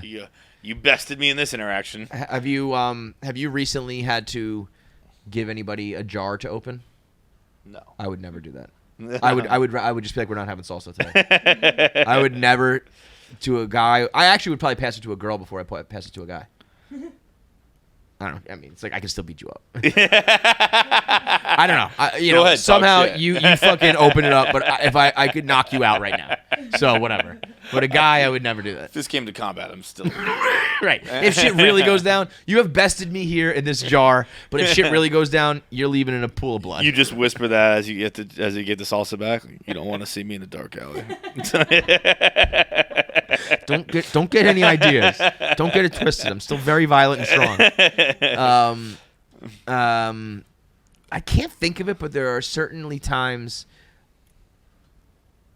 Anything. This is a very specific thing, and it doesn't really happen often. But like, if there's a scenario where when there's a guy who knows about cars and I don't, I'm like, you are, sir, you are. Yeah, I had that. Not, Yeah, it's any man stuff. But like that's normal. That's not like. Yeah, it's not like a silly one. I mean like the answer is it's because it's not. The size is the difference. Like anything where like with someone who's more knowledgeable than me, that's I fine. feel like an asshole. But it's just like I'm using a little thing and you're using a big thing, and that makes me little. It's like, no, you fucking morons. But that's just a look into toxic masculinity. Right there. Could you imagine girls being like, she's on a big toilet and I'm on a small toilet? They wouldn't give a fuck, right? They wouldn't give a shit. We're like, but my urinal's lower to the ground. I'm gay. Next voicemail. Shout out to Glenn. Okay. Hi, guys. Bear with me as I enter my first video submission to anything ever, and I try to get my thoughts into words in less than a minute because I just rambled and had to redo this. Anyways, you guys were talking about putting your bare ass onto toilet seats the other day, and it got me thinking about how I have like a tier of tolerance when it comes to putting my bare ass onto a public toilet seat. So like fancy hotel lobbies, I will put my bare ass on that. If I'm at a nice restaurant with my friends, bare ass. However, there are those nice restaurants like in Boston, and like I live in Connecticut and we have some here, where it's a nice restaurant during the day, but then like at nighttime it will transition into like a bar scene where like a DJ comes and stuff. So like during the day I will put my bare ass cheek on it, but once it gets to that certain time of when people are coming with the DJ and shit, like I will not put my bare ass on that. It needs that little layer of toilet paper or something, which I like to call a toilet condom, to separate my bare ass from seats. And then when it comes to porta potties, for me, I will never ever touch skin to that seat. Toilet condom also is not acceptable. You have to do the little weird hover and pee that way. So my question is do you guys have like a tier of tolerance, or like what kinds of toilet seats you will? That the differentiator here seems to be the DJ. Yeah, no. If there's a DJ at your place, I'm not putting my ass on your toilet seat. I get that. When you get to puke hours. Yeah. Post 10 p.m., someone might have puked on this. Bro, I used to show up at Tin Lizzy. It'd be noon. There'd already be puke in the toilet. I was like, how is there already puke? I'm not. Don't get me wrong. I've puked prior to 10 p.m. before. Yeah, but I'm just saying that's where it's gonna that's happen. About puking. Yeah, hours. and also just sloppy drunk, like peeing, and yeah. people can't even pee sober. I mean, I definitely have a tier system. My thing is, I don't put my bare ass on every toilet, but every toilet. It's like a rectangle parallelogram thing. You know what I mean? It's not that I'll put my ass on every toilet. It's that every toilet I'll use that way, I'll put my ass on. You feel me? I'm either just not going to take a shit in that toilet, or I'll put my ass on it. So effectively, I put my ass on every toilet seat, but it's because if I show up and there's like, if it's disgusting, I'm just like, I'm going to hold it. Yeah. Okay. So, yes. Yeah. so okay. I was having a hard time. If a toilet is clean enough, then I'm putting my ass on it. If it's not clean enough, I'm not doing it at all. Bro, there's no way I will ever hover. I physically can't do it. I can't just like my quads will burn out, bro.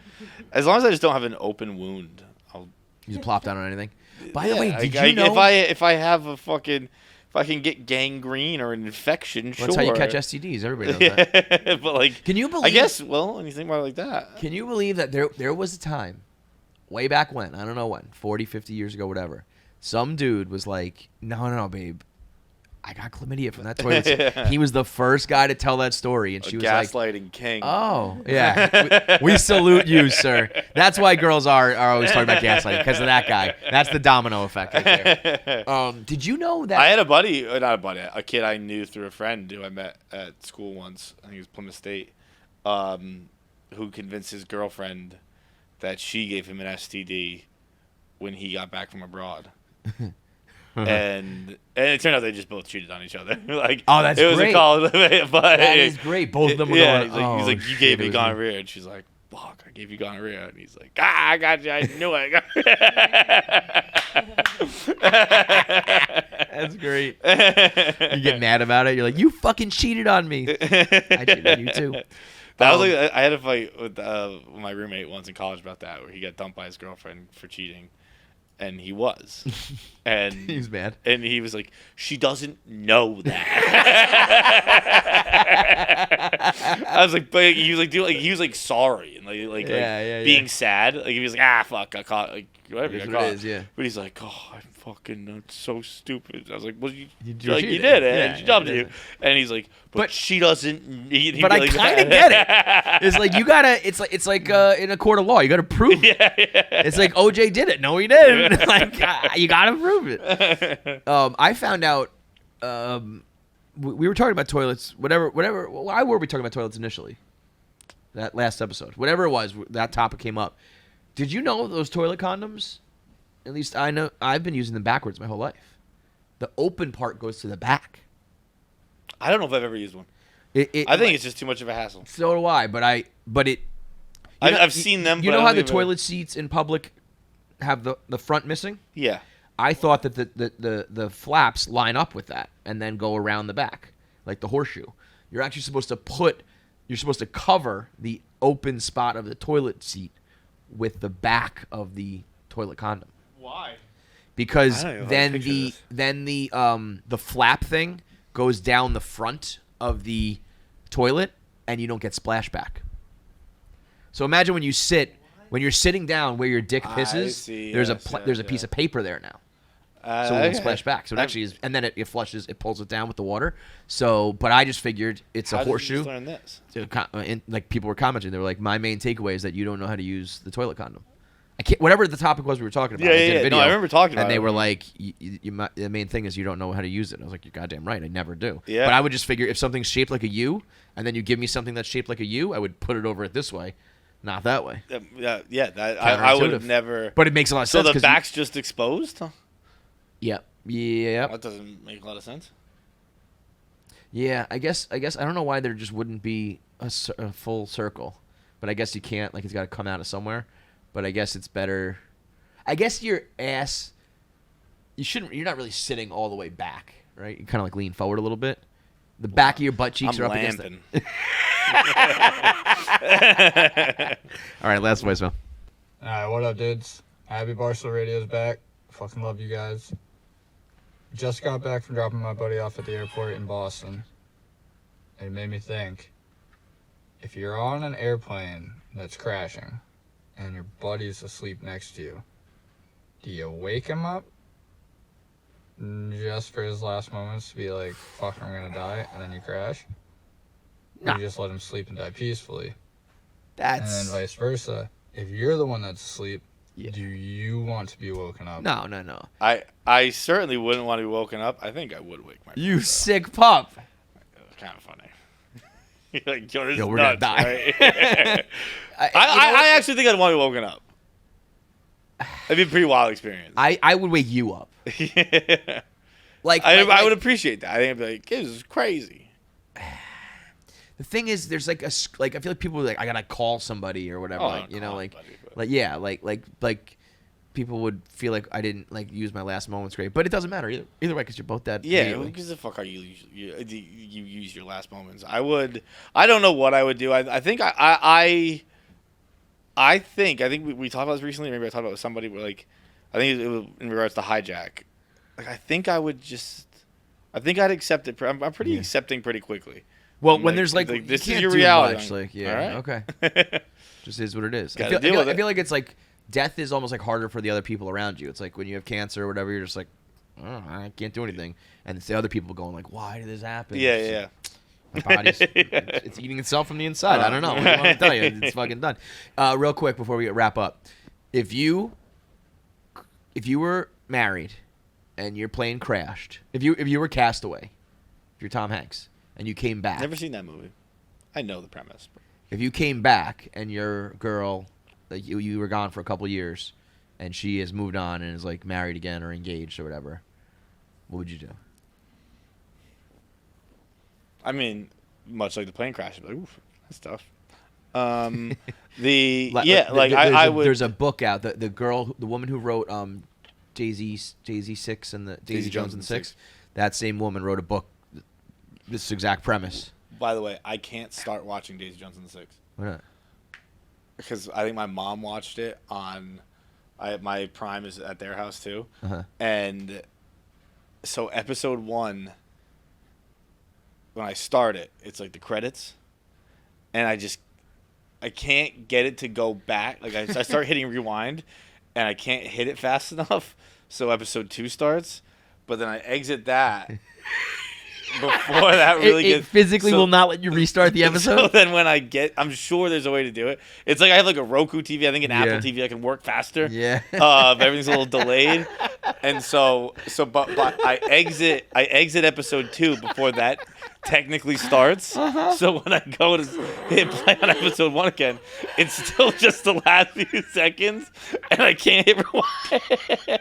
Bro, I've tried like 10 different times. My stomach hurts. Over this weekend. That is wildly funny. This is a great premise. The man who just I can't. When you said I can't watch this, like what?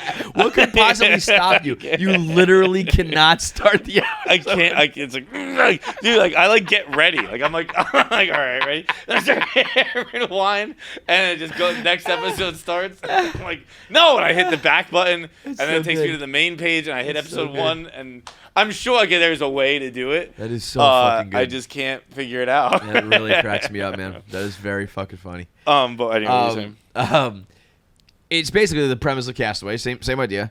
He comes back. He survives a helicopter crash. Comes back. She's engaged, and the new fiance is like, you got to figure this out. And like they go away on like a romantic getaway, and she like needs to like feel her feelings out. And he's like, yeah, I mean, this is like still, your husband. You didn't thought he was gone, but he's not. Like I get it. So he's like, go, and like let me know. I would do that for sure. If I was him. If That I was is the a roll of husband, dice. If I was the actual husband, I'd be like, you got this. I think so. I really think I would. I almost think I would. I'd be like, I think I would come back. Say go, let's fuck.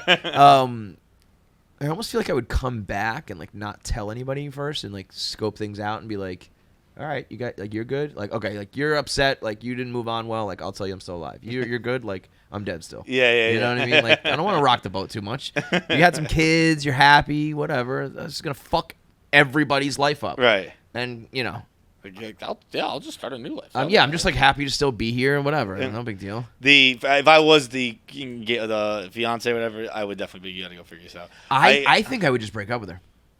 Really? I think I would just be like, go back with him. The book goes deeper. It's like her and the original guy used to be like world travelers and kind of like hiking, camping, adventurous type of shit. And then the new guy, she totally changed her life. She's like, I want to just like settle down, have a family. So it's almost like that life I don't do anymore. Yeah. So that's part of her choice. But if it was just like, that was the love of your life, and the only, if you date somebody who's got a dead spouse, you kind of know you're always number 2. Right. And it's just like, but I'm number 1 now. Yeah. But if the number 1 came back, I'd be like, the other guy retired. That reminds you of that. Could you imagine that? By the way, you come back from a romantic getaway, and it's like, yeah, bro, you're out. He blew my back out all week. Like, we are back. I was doing things I haven't done ever with you. See ya. The you saying the dead ex or whatever thing remind me. I think I've mentioned this before. I know because I think about it all the time of how sad it is. The book I read a few summers ago is called 21 Truths About Love, and it is like it's a really cool book. It's like it's all written just in a guy's to-do list. Like every page is just his to-do list. But his wife, her first husband, died. And it's not every day, but a lot of days, I guess it's kind of days he's having bad days or whatever. The number 1 on his to-do list is remember you're not your wife's true love.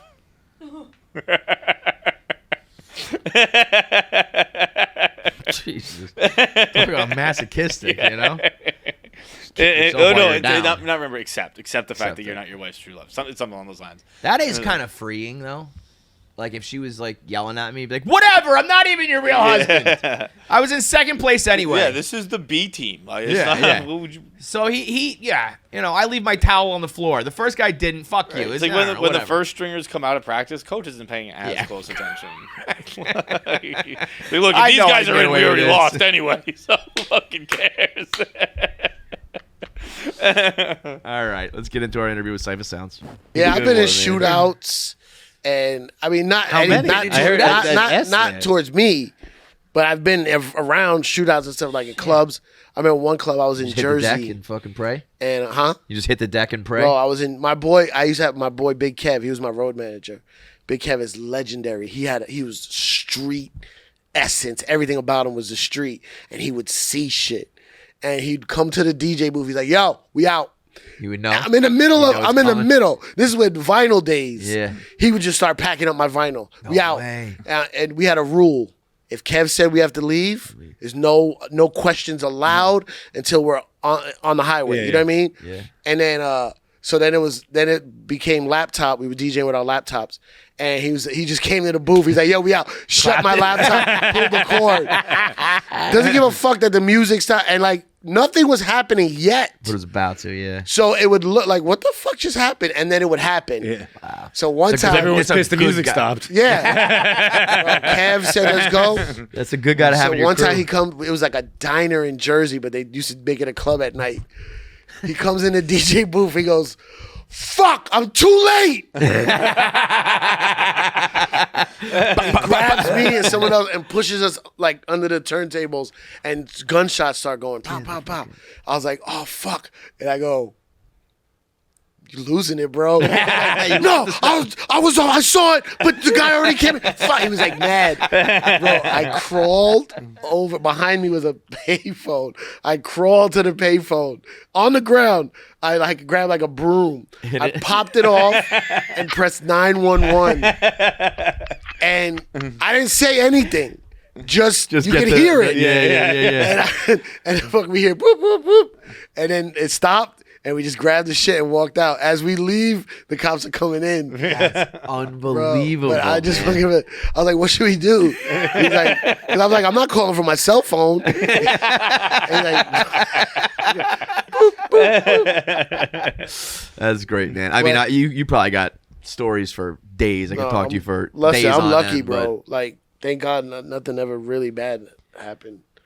Because I've been around a lot of bad shit. Yeah, and once you've been around either industry long enough, I think what's really important is just being like, you got to be good at your job, right? But being like well liked, like people just fuck with you. They want you around in comedy clubs. They want you around at like a club to be a DJ. Want you on tour, whatever it is. You're doing something right. I get most of my stuff for being reliable and likable. Yeah, right. Goes a long way. There's not that many people that like, a lot of people suck. A lot of people are like, ugh. I don't get why, man. It's so easy to just be normal. Just be a normal dude. Just And you can get anything you're getting the other way, but just not leave this trail of blood. Exactly. It's on crazy. the way. But that's how like the shit, like LL. I've known LL for a long time, but when I did like I don't know, whatever you call it, the chemistry test, the camera test. Yeah. Everybody, like all his crew and everybody was like, "Yo, he's likable." Yeah. Like because I really do care. Look, I could get casted on any show and be happy about it, but a hip hop collectible show with, you know what I mean? Like I was like, no, I'm real, and I love A&E. Yeah. Like I've been talking to the publicist about all my show. Yo, I watched 60 Days In, First 48, Neighbor Wars. It's a good channel. I'm in it. Yeah. I love the channel. Right. So when it was a hip hop show on A&E, I was like, please. Why does this keep ringing? Oh, someone's breaking into my house. So I mean, that is like literally scripted for you to do, right? 100%. Yeah. And I just had to explain to them how much this show was me. Right. And I'm very famous in New York. Yeah. Come on, guys. It's such like an engrossing topic. Like how it kind of came together. You like moving. Like my family moved recently, and we're just going through our house. And like obviously I'm biased because they're personal stories and stuff like that. But I was sitting there, I was like, that's just a great good story that like, anybody you could do that with anything when you add hip hop and all that to it. It's like I mean, or stand up. Like it's all like, I mean, life is just like, honestly, when you think about life in general, it's just about telling good stories, like making your buddies laugh or making them go, "Oh shit, I can't believe that happened." It's I was watching somebody talk about I think Scorsese, and they were just like, if you try to pitch this movie, it will seem horrible. But when you make the movie, it's like the stories in it. You know what I mean? Like Goodfellas. Make it real. Yeah. Goodfellas takes place over 3 different decades, kind of. You know what I mean? Right. And it's like a guy who's not all the way Italian is in the mafia, and it's like, okay, yeah, we've seen it before. But like when you watch it, it's like Ray, what's his name in the movie? Ray Liotta. Yeah. What's his name in the movie? Fuck. Henry Hill. Yes. Like it's like all these stories in there. Right. Makes perfect sense. So that's why I like doing this show. Like, yeah, like half the time I don't get to leave with the collectible or artifact. They're like, the museum is gonna arrange the shipping. Right. Like it's not like I walk out with the thing like I got it. Yeah. Sometimes we make it look that way, but I'm not gonna take it. Yeah, I'm a cast member. But I can't even get my own safe deposit box.